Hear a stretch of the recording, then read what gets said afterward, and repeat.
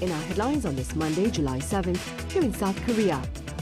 The Trump administration is reportedly looking to send letters to its trade partners starting today, unilaterally notifying them of their respective tariffs if related negotiations have failed to bear fruit. Meanwhile, the July extraordinary session of the National Assembly begins today, with lawmakers across the aisle divided but aware of the need for cooperation over confrontation. Over in the U.S. in recent days, torrential rains in the state of Texas caused tragic floods that have taken at least 80 lives, including those of children at a summer camp. The Trump administration is poised to dispatch letters to U.S. trade partners starting Monday, unilaterally informing them of their respective tariffs if related negotiations have failed to bear fruit. Our Moon Ji-young starts us off. U.S. President Donald Trump has announced via Truth Social that the U.S. will start delivering tariff letters to other countries starting 12 noon Eastern Time on Monday. Currently, it is unknown which nations will be receiving the letter or have made deals. Earlier that day, Trump told reporters, "Sending letters out on Monday having to do with the trade deals. It could be 12, maybe 15. And they'll be going out on Monday, and some will go out on Tuesday and Wednesday, and we've made deals also. So we're going to have a combination of letters, and some deals have been made." Trump added that either a letter will be sent or a deal will be done by July 9th. Following Trump's comments, Commerce Secretary Howard Lutnick indicated a 3-week reprieve. Tariffs go into effect August 1st, but the president is setting the rates and the deals right now. This comes after Trump's announcement of the tariff in April, which included a 10% base rate for most countries and additional rates, which in some cases went up to around 50%, although he later delayed the effective date for all but the 10% tariff until July 9th. Meanwhile, National Security Advisor Ri Sung-rak is in Washington, D.C. for 3 days to discuss pending issues. On his way to the U.S. on Sunday, he told reporters that Seoul and Washington have been discussing issues related to trade and security. As the current negotiation phase is becoming quite critical, I'm stepping up my involvement, which is why I'm visiting the United States. He is expected to meet with his U.S. counterpart, Marco Rubio. When asked about defense cost-sharing, he indicated that a range of issues were open for discussion, implying that cost-sharing could be on the agenda. The agenda is also expected to include coordination for a summit between President Lee Jae-myung and U.S. President Donald Trump. Moon Ji-young, Arirang News. And South Korea has reportedly asked to be excluded from U.S. plans to impose fees on foreign-built car carriers docking at American ports. According to the Office of the U.S. Trade Representative, South Korea's Ministries of Trade and Oceans submitted a request to this end last week. Now, back in April, the Trump administration announced plans for the new port fees on vessels, particularly those built or operated by Chinese entities, to address concerns over China's dominance in the global shipping arena. At the National Assembly, ruling opposition lawmakers remain poles apart over several legislative initiatives, but they are now reportedly seeing eye to eye on the need for cooperation over confrontation. Our correspondent Moon Hae-ryun reports. The July extraordinary session of the National Assembly kicked off on Monday, with the ruling and opposition parties entering the term sharply divided following last week's passage of the highly contentious extra budget bill. The ruling Democratic Party is pushing to pass a number of bills that were previously vetoed by the former administration, including broadcasting reform legislation and a revision to the Trade Union and Labor Relations Adjustment Act, known as the Yellow Envelope Bill. The broadcasting bills aim to reduce political influence over public broadcasters by limiting the number of board members appointed by political parties, while the Yellow Envelope Bill seeks to broaden the definition of employer and restrict damage claims against labor unions. Efforts to reform the prosecution are also picking up pace. We promise to swiftly implement the complete separation of investigation and indictment, ensure effective checks on prosecutorial power, and institutionalize political neutrality. Meanwhile, the opposition People Power Party is continuing its efforts to counter the DP's legislative dominance. PPP floor leader Song Won-seok declared that the party would use upcoming confirmation hearings for ministerial nominees as an opportunity to push back against what the party sees as unilateral rule. The People Power Party, together with the people, will examine the qualifications and moral integrity of ministerial nominees riddled with criminal suspicions on a microscopic level in order to block the arrogant and one-sided governance of the Lee Jae-myung administration. Although ministerial nominees do not require a parliamentary vote for appointment, confirmation hearings serve as a key opportunity for the opposition party to vet and challenge the president's personnel decisions. Despite this heightened tension, both parties are making cautious moves towards cooperation.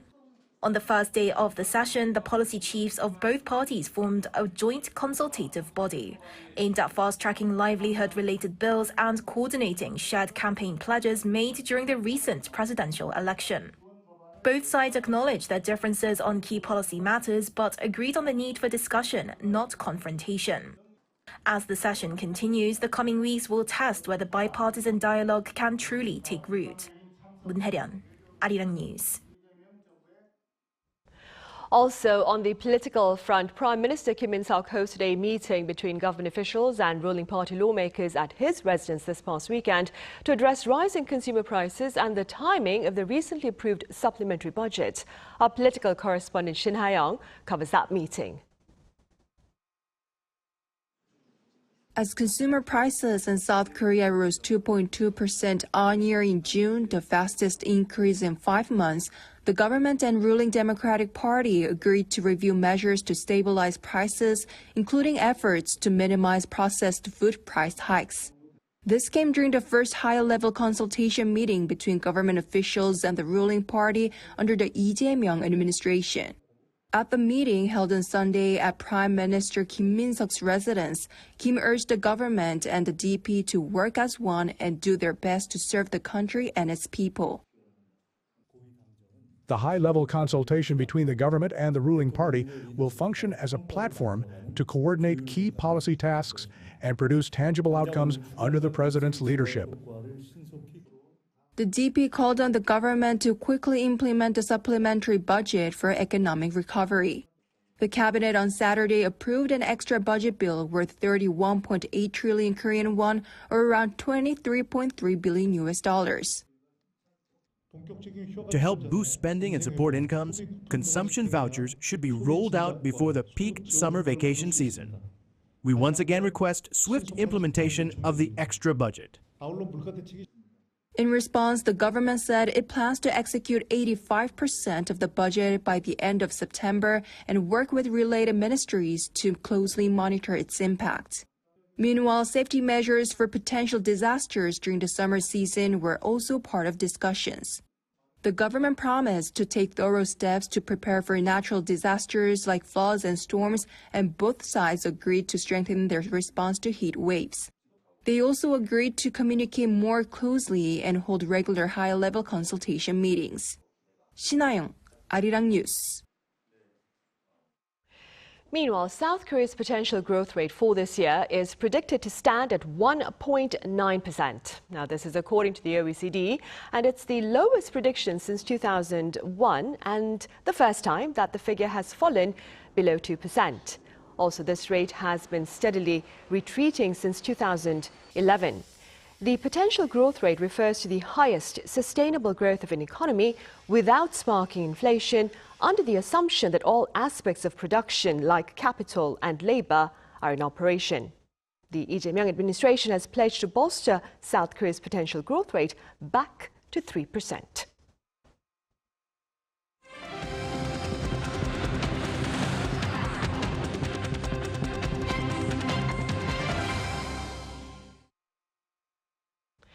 In the U.S., torrential rains in the state of Texas caused tragic floods that have taken at least 80 lives including those of children at a summer camp. Our Pyongyang reports. Catastrophic floods rushed through central Texas on Friday and have left at least 82 dead. The death toll climbed over the Independence Day weekend as emergency crews carried out search and rescue efforts. Kerrville County was hit the hardest, with 40 adults and 28 children confirmed dead. Among those affected are children from Camp Mystics, an all-girls summer camp where 10 children still remain missing. And it was nothing short of horrific to see what those young children went through. And we will remain 100% dedicated, searching for every single one of the children who were at Camp Mystic, as well as anybody else in the entire riverbed. Efforts continue to recover bodies and find additional survivors. Volunteers have joined the mission and formed search parties, hoping to bring at least one more child home. You know, I've got 2 babies at home. It's the least I could do. You know, they're home safe, and there's people out there that they're missing their children or their family members. So I feel like it's the least I could do to help. Dozens remain missing. Texas Governor Greg Abbott warned that more rounds of heavy rain are expected to last through Tuesday, potentially triggering further life-threatening floods in already saturated areas. The U.S. National Weather Service has extended a flood watch across much of south-central Texas, forecasting several more inches of rainfall in the coming days. On Sunday, U.S. President Donald Trump stated that he had approved a major disaster declaration, granting first responders access to essential resources for ongoing search and recovery operations. He acknowledged the devastating toll on families, calling it an unimaginable tragedy with numerous lives lost, and pledged that his administration would closely coordinate with state and local officials. Pyongyang, Arirang News. Over in Qatar, truce talks between Israel and Hamas conducted indirectly through mediators ended with little progress this past weekend ahead of a meeting on this Monday between Israeli Prime Minister Benjamin Netanyahu and his U.S. host Donald Trump at the White House. Our Shin Se-byuk has more. The first round of ceasefire talks between Israel and Hamas, which opened on Saturday in Doha, has ended without a breakthrough. According to reports from Reuters and AFP, the delegations from both sides engaged in indirect negotiations facilitated by mediators. A Palestinian official told AFP the talks focused on a ceasefire framework and a possible hostage prisoner exchange.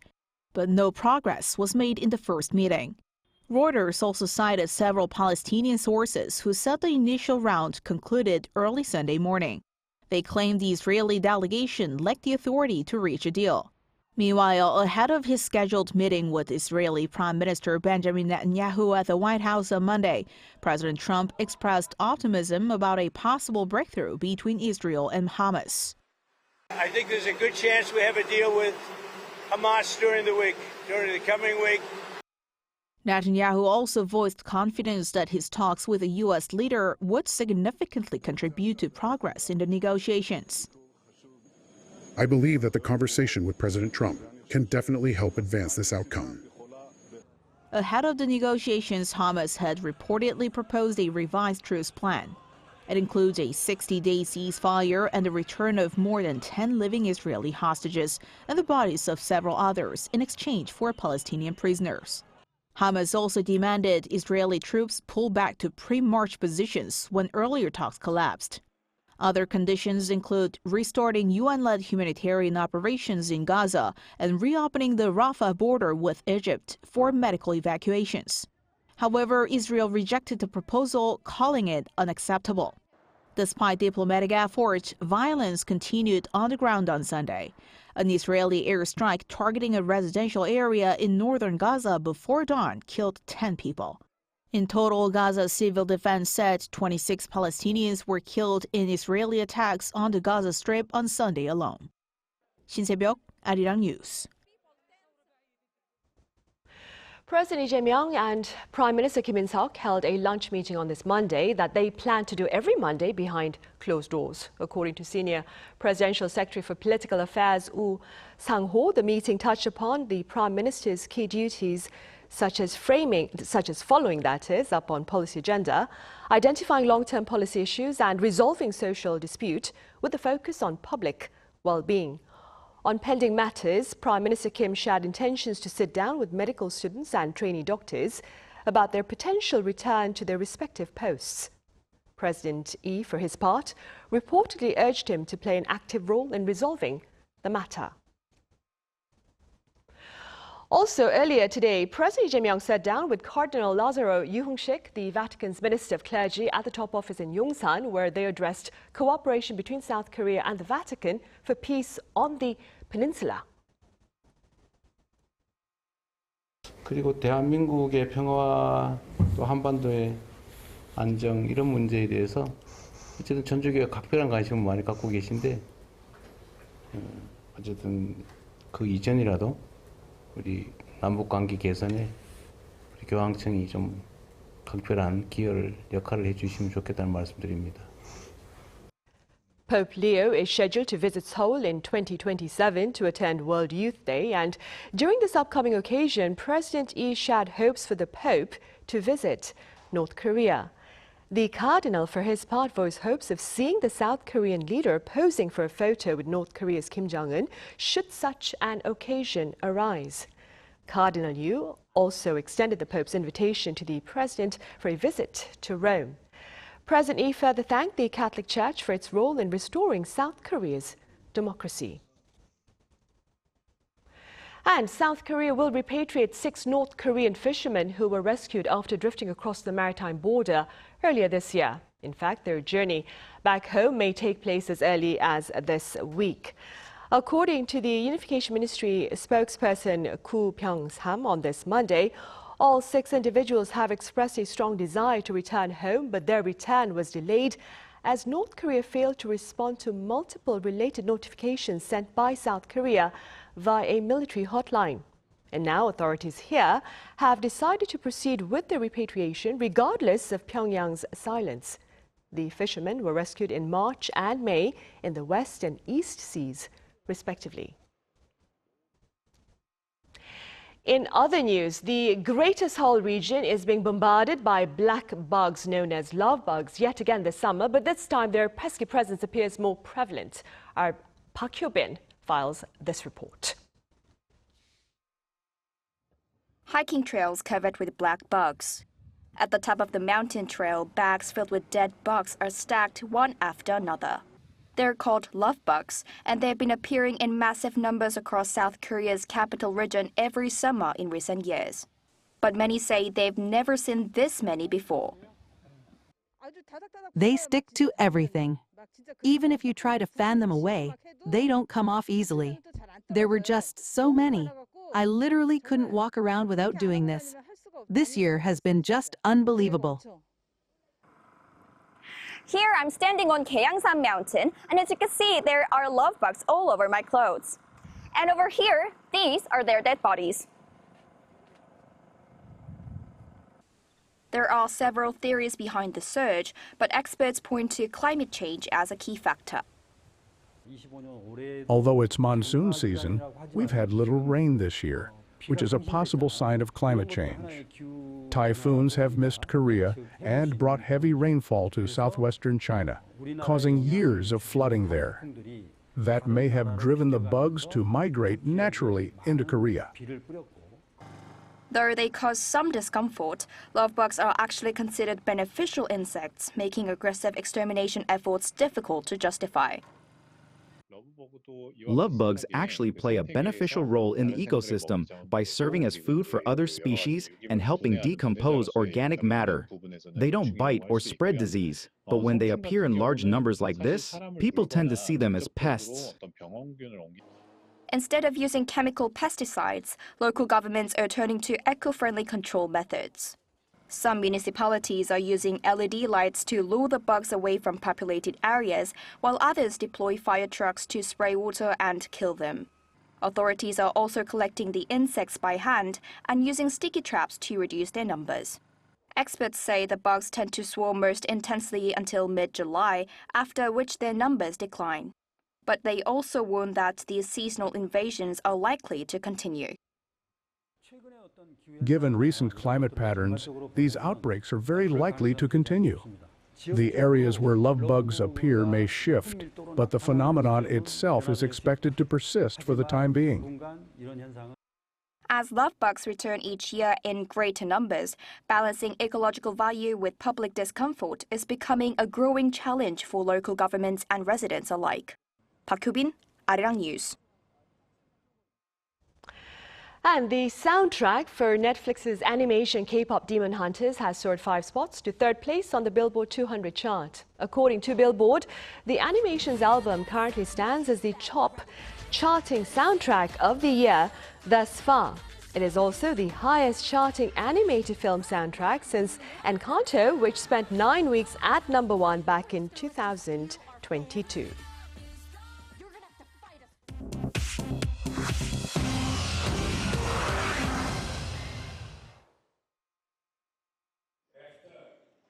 This is The World Now, bringing you the latest stories from around the globe. Leaders of the 10-member BRICS group gathered in Rio de Janeiro on Sunday for the bloc's 17th summit under the slogan Strengthening Global South Cooperation for More Inclusive and Sustainable Governance. Leaders from Brazil, India, China, South Africa, and newer members such as Egypt, Indonesia, Iran, UAE, and Ethiopia gathered for the 2-day summit. Despite the absence of Chinese President Xi Jinping and Russian President Vladimir Putin, who attended virtually, BRICS leaders achieved a rare consensus, approving a 31-page declaration. Key points included criticizing indiscriminate U.S. tariff hikes and condemning increased NATO defense spending. Host President Luiz Inácio Lula da Silva urged the bloc to act as defenders of multilateralism. BRICS nations represent more than half the world's population and 40% of its economic output. The gathering comes amid growing calls for a united front to counterbalance the U.S.-led G7. Tesla and SpaceX founder Elon Musk has announced the formation of the America Party, marking a further break from former ally U.S. President Donald Trump. Musk made the announcement on social media on Saturday after posting a poll that showed 2-to-1 support from 1.2 million respondents. He pledged to oppose Trump-supported legislation and shake up U.S. politics ahead of 2026. Musk branded the current political system a one-party structure and not a democracy, and vowed to give people back their freedom, as well as showing his outrage over what Trump called his big beautiful bill that Musk said would bankrupt the country. Trump on Sunday called Musk's plans ridiculous, but said that Musk can have fun with it. Musk was once a major Trump campaign financier and head of the Department of Government Efficiency. Pope Leo XIV arrived at his summer residence in Castel Gandolfo on Sunday, the first time in 12 years that a pope has used a summer retreat. The pope will spend 2 weeks from July 6th to 20th at the Villa Balberini on the edge of Lake Albano.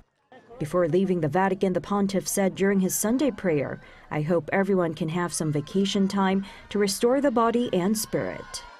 The stay at Castel Gandolfo is a change from the late Pope Francis, who stayed in the Vatican during the summer. Legendary artist and Black Sabbath frontman Ozzy Osbourne delivered his final live performance on Saturday in Birmingham, England, under the title Back to the Beginning. Seated on a symbolic bat-themed throne due to his Parkinson's and spinal issues, the 76-year-old singer launched into his solo hits before being joined by Black Sabbath's original lineup. The 11-hour event also included performances from other rock legends such as Metallica and Guns N' Roses. The massive event drew 40,000 fans to the concert at Villa Park and over 5.8 million viewers via global livestream. 3 charities are set to receive proceeds from the event, including Cure Parkinson's. Choi Ji-hee, Arirang News.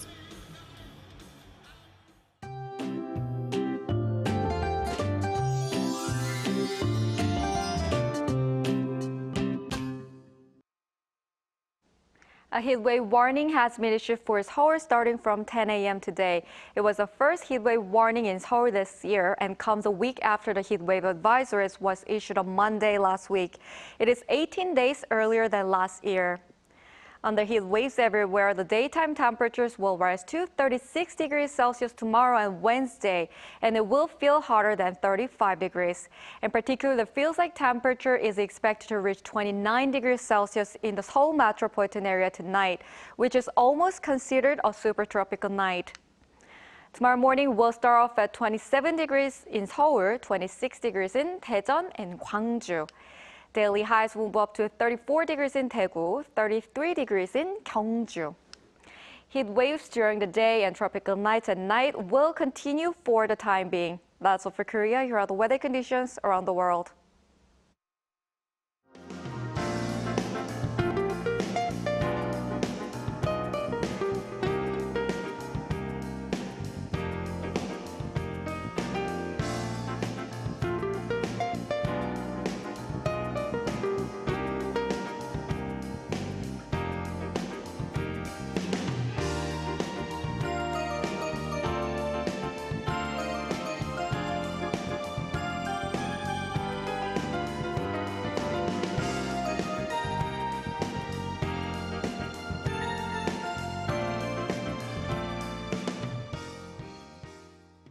Those are the headlines at this hour here in South Korea. As always, thank you for watching.